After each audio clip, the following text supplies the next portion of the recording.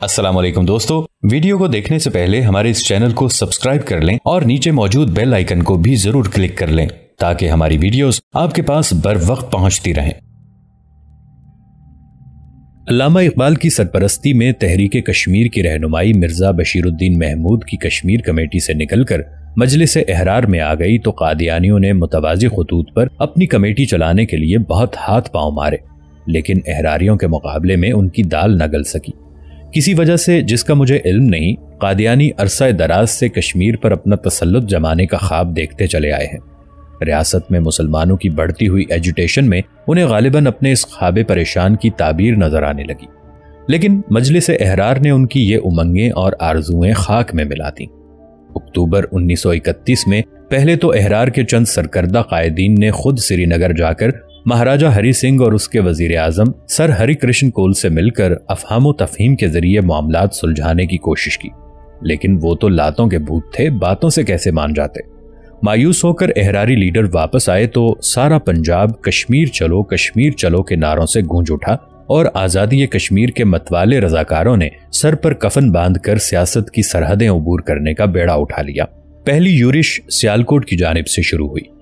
اس جالے شہر کے مسلمانوں نے گھر گھر کو جذبہ جہاد کی حرارت سے پگھلا کر رکھ دیا۔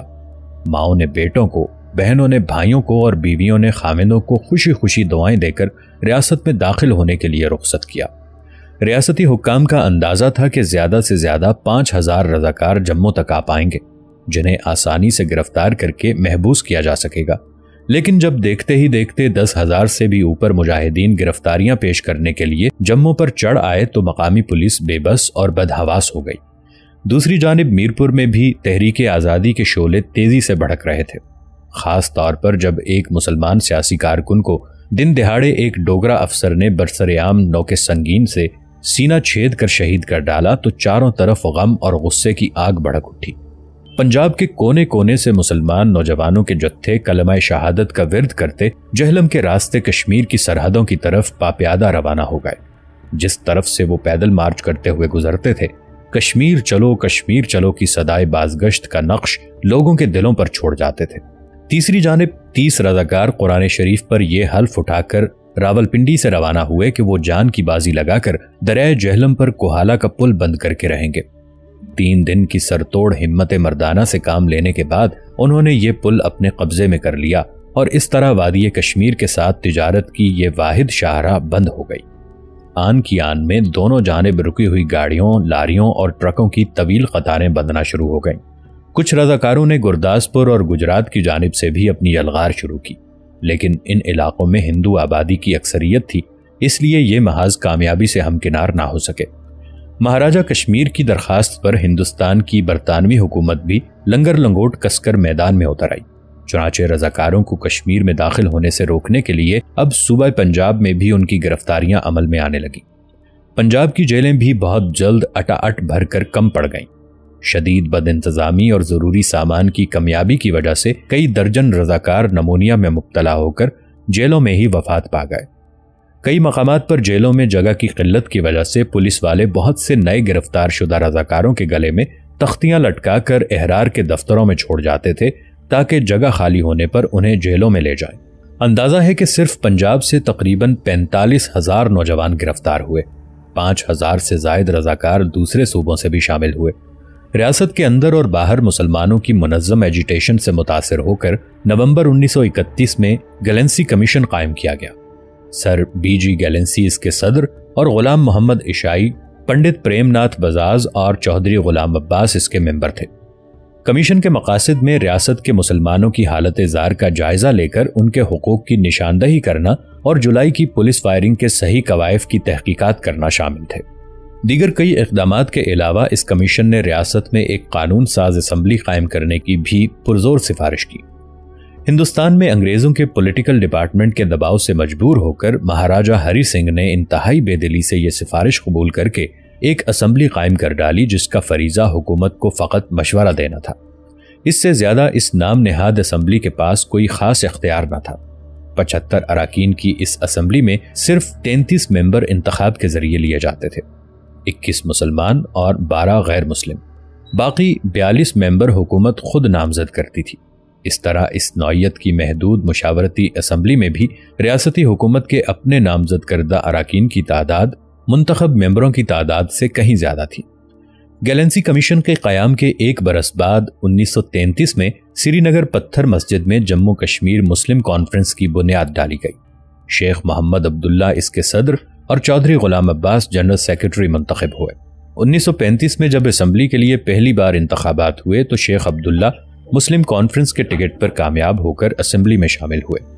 7 برس تک شیخ صاحب اور چودھری غلام عباس کا گہرا پرخلوص اور برادرانہ باہمی تعاون اور ساتھ رہا۔ مسلم کانفرنس کے پلیٹ فارم سے ان دونوں رہنماؤں نے پاپیادہ چل کر ریاست کے چپے چپے میں عوام الناس میں سیاسی بیداری کی زبردست روح پھونکنے کا شاندار کارنامہ سر انجام دیا۔ ان دنوں شیخ صاحب اپنی تقریر قرآن حکیم کی تلاوت اور اس کے بعد نعت رسول مقبول صلی اللہ علیہ وآلہ وسلم سے شروع کرتے تھے۔ ان کی آواز لہن داؤدی کا سما باندھ دیتی تھی۔ ان کی تقریر میں آتش بیانی کوٹ کوٹ کر بھری ہوئی تھی۔ اسی طرح چودھری غلام عباس بھی سادگی، خوش بیانی، سلاست اور جذبات کی فراوانی کا بے حد خوبصورت مجسمہ تھے۔ ان دونوں کی تقریروں کو لوگ سحر زدہ سامعین کی طرح مبہوت ہو کر سنتے تھے، تڑپتے تھے اور بعض دھاڑے مار مار کر روتے تھے۔ اس قسم کے جلسے میں نے زندگی بھر میں کہیں اور نہیں دیکھے۔ ان دونوں حضرات کے علاوہ ایسے جلسوں میں AR ساغر کی آتش بیانی بھی فصاحت و بلاغت کی لاجواب فضا باندھ دیتی تھی۔ مسلمان عوام کو ریاست کے طول و عرض میں اس طرح بیدار اور منظم ہوتے دیکھ کر ہندوؤں کے پیٹ میں بھی مروڑ اٹھا اور انہوں نے ڈوگرا حکام سے مل کر ہندوستان سے ایک جارحانہ ہندو تحریک راشٹریہ سویم سیوک سنگھ کو دعوت دی کہ وہ جموں اور کشمیر میں بھی اپنے اڈے قائم کرنا شروع کر دے۔ چنانچہ مسلم کانفرنس کے قیام کے 2 برس بعد 1934 میں RSS نے اپنا کام شروع کیا اور دیکھتے ہی دیکھتے سری نگر، جموں، میرپور، کوٹلی، سانبا، اودھمپور اور کٹھوا کے علاوہ کئی دیگر مقامات پر بھی اپنے اکھاڑے قائم کر لیے۔ بظاہر ان کا مقصد یہ نظر آتا تھا کہ ہندو نوجوانوں کو جسمانی ورزشوں کے لیے یہ جمناسٹک کلب قائم کیے گئے ہیں، لیکن در حقیقت ان اڈوں کا بنیادی مقصد یہ تھا کہ مسلمانوں کے ساتھ نبرد آزما ہونے کے لیے ریاست کی ہندو اقلیت کو جنگی تربیت دے کر کیل کانٹے سے لیس کر دیا جائے۔ ادھر عوامی سطح پر راشٹریہ سویم سیوک سنگھ نے اپنا کام شروع کر دیا۔ ادھر آل انڈیا کانگریس کی قیادت نے شیخ عبداللہ پر ڈورے ڈالنے شروع کر دیے۔ اس سیاسی مہم کے سرغنہ مہاتما گاندھی اور پنڈت جواہر لال نہرو بنفس نفیس پیش تھے۔ یہ تو غالباً وثوق سے کوئی نہیں کہہ سکتا کہ کانگریس کے کیوپڈ دیوتا نے شیخ صاحب کے دل پر کیا کیا تیر چلائے، لیکن یہ بات سب جانتے ہیں کہ مسلم کانفرنس کی 7 سالہ بے تاج بادشاہی کے بعد 1939 میں شیخ عبداللہ سیاست اسلامیہ کی ہمالیہ کی چوٹی سے لڑک کر منہ کے بل گرے اور ہندو کانگریس کی جھولی میں دھم سے آ پڑے۔ زوال کے اس عمل میں ان کے چہرے پر سجی ہوئی نہایت خوبصورت اور دیدہ زیب ریش مبارک آنن فانن غائب ہو گئی اور ان کے سر کی سج دھج ایک سرخ رنگ کی ترکی ٹوپی بھی راستے میں کہیں گر کر کانگریس کی گنگا ماتا میں ڈوب گئی۔ مسلم کانفرنس سے رشتہ توڑ کر شیخ صاحب نے آل انڈیا کانگریس سے فیضان اور وجدان اور رہنمائی حاصل کر کے جموں کشمیر نیشنل پارٹی کا ڈول ڈالا۔ یہ پارٹی شروع ہی سے آل انڈیا کانگریس کی داسی بنی رہی ہے۔ اس کے برعکس چودھری غلام عباس کی قیادت میں جموں کشمیر مسلم کانفرنس نے ہمیشہ پاکستان کے ساتھ غیر مشروط وفاداری سے ساتھ دیا ہے۔